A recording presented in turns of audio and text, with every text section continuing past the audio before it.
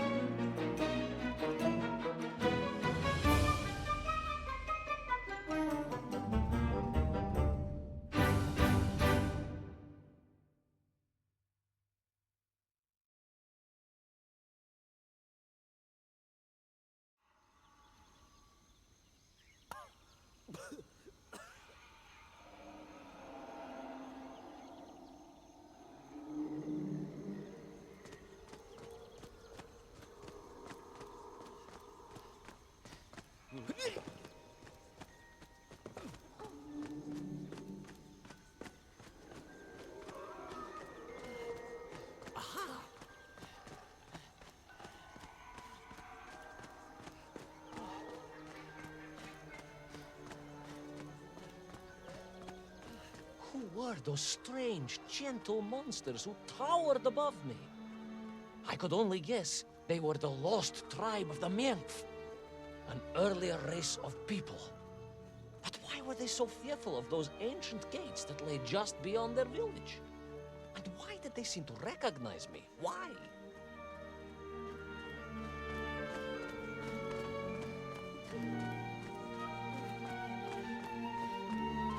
Yes, I'm also wondering why. No, a как же, General? Who was I to question such things? Trapped as I was deep underground. I was more curious, I must admit, about the location of little Orpheus.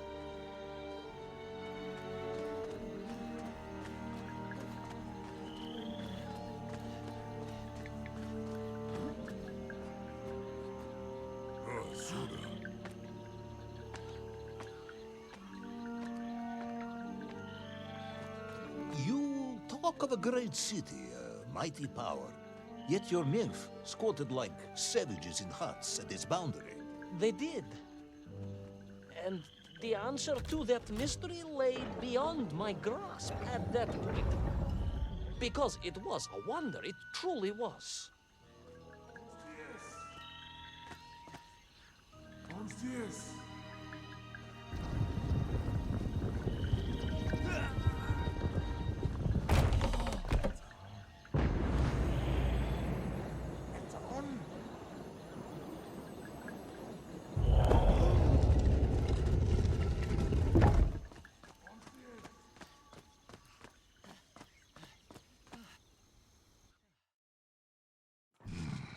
The lost city of Agartha.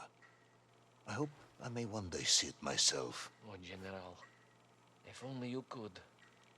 Unfortunately, as I shall explain, should you seek Agartha now, you wouldn't find it.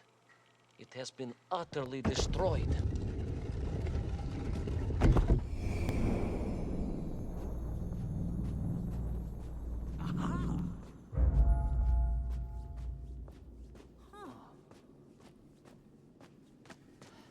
Utterly destroyed? Utterly, General, a tragic loss. A convenient loss. I imagine archaeologists weeping as I tell you. But most importantly, before we continue, you must understand one crucial fact about its destruction. Which is? It wasn't my fault.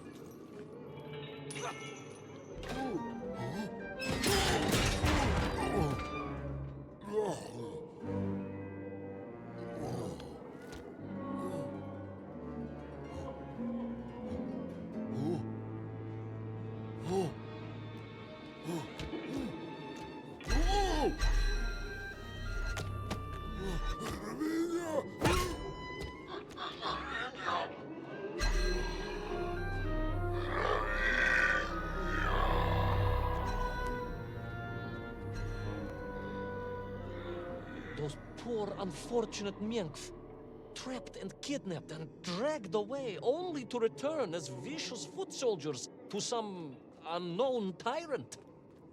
And yet, there was something familiar about the Shtukovna they were forced to wear on their heads, which I was sure were being used to control and enslave them. And what was that? General, it curiously resembled the radio sets I used to tinker with as a child. Radio sets. It was very curious. It was very curious. It was extremely curious.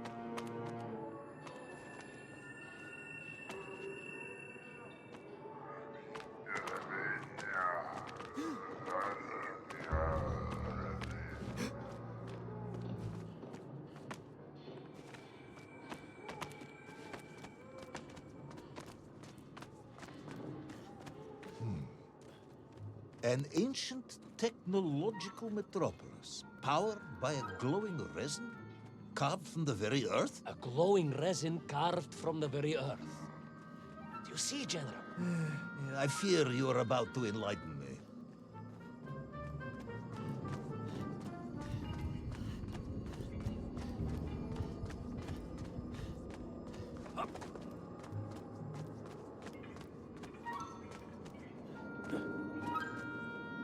Little Orpheus must have been drained by the impact, but whoever had stolen it and brought it here was no doubt planning to use the Agarthan resin to charge up the atomic bomb, restoring the device to its full potential. What sort of man would come up with such a monstrously reckless scheme? Perhaps the type of man who has such limited understanding of atomic energy that he thinks an ancient metropolis can be powered by shiny marbles.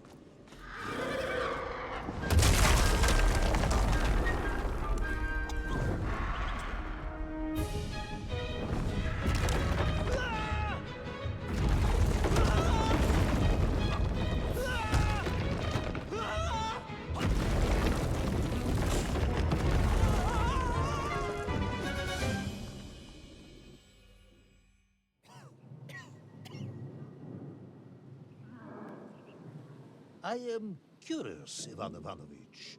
You talk and talk about this great subterranean city. Yet what you describe sounds strangely familiar. It does in some way bear an uncanny resemblance to the glorious architecture of Comrade Alexei Dushkin. Wouldn't you agree? Danyet, General. I have never heard of this great Tavarish Dushkin or his works. Interesting.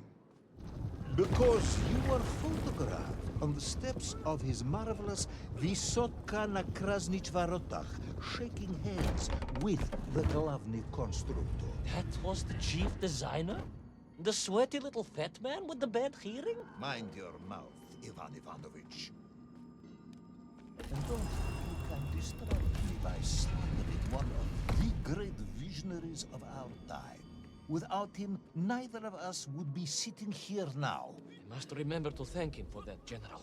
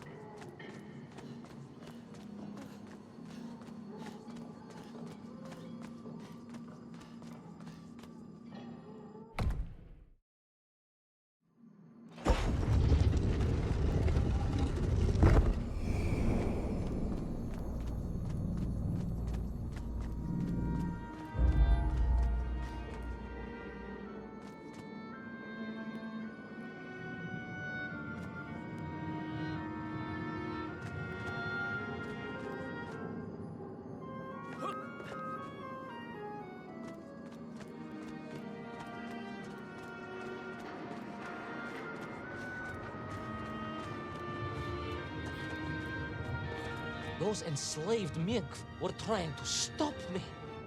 I was sure of that now. I find myself sympathizing with them, I must admit.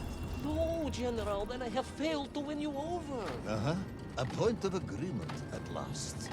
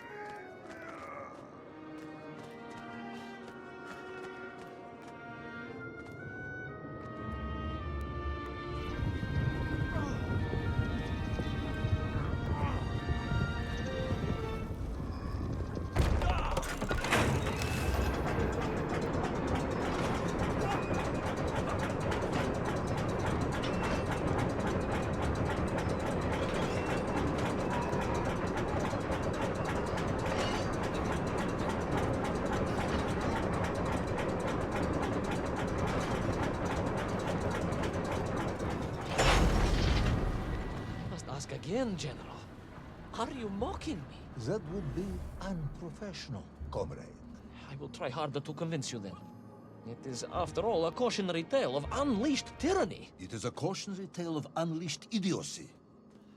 But please, do continue.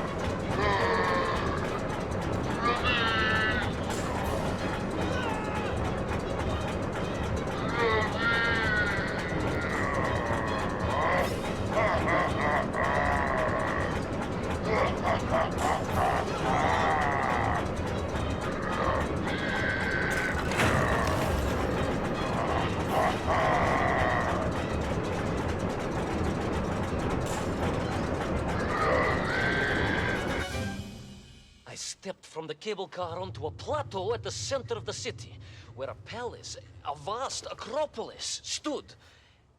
I was reminded of Chelyabinsk Sorok. May I ask how you know of Chelyabinsk? My Aunt Masha was a traveling tinker who married a beef investigator from Zlatoust. She told me of a secret but wonderful city in the west.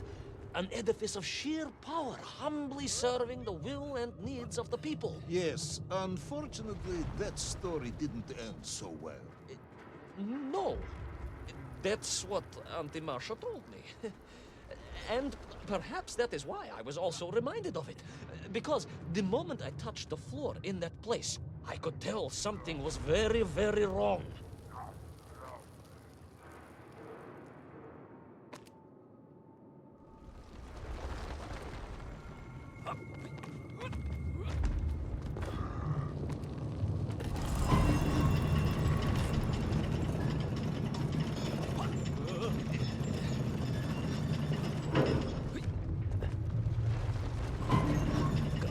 Began to shake, alarming me, and the whole city felt as if it was shuddering.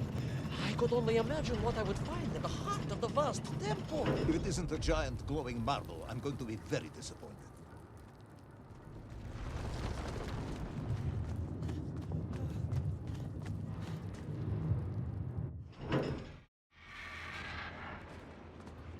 A huge resin sphere that overshadowed all of the others. I caught glimpses through the twisted architecture. And it was then I saw him. Him? The thief, the enslaver, the tyrant, sucking the power from this wondrous city as he drained the very lifeblood of the ancient civilization and drew it into the atomic embrace of little Orpheus. With a song in my heart, I raced onwards to stop him.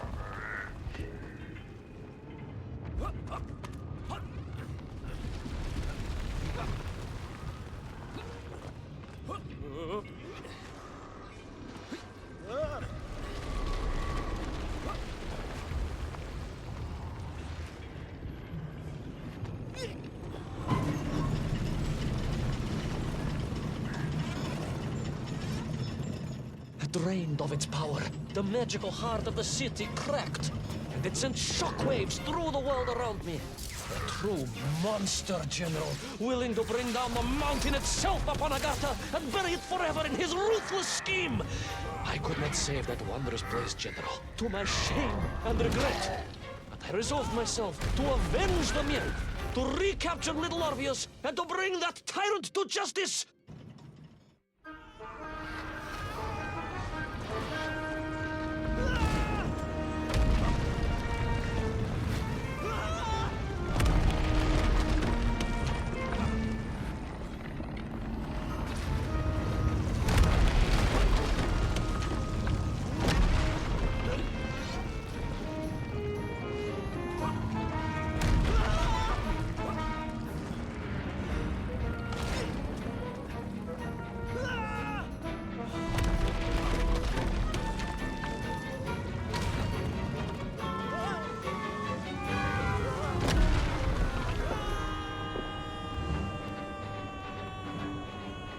Will our plucky yet careless hero fall forever through those unknown skies? Will he discover the identity of the brutal thief commanding the army of the Menk?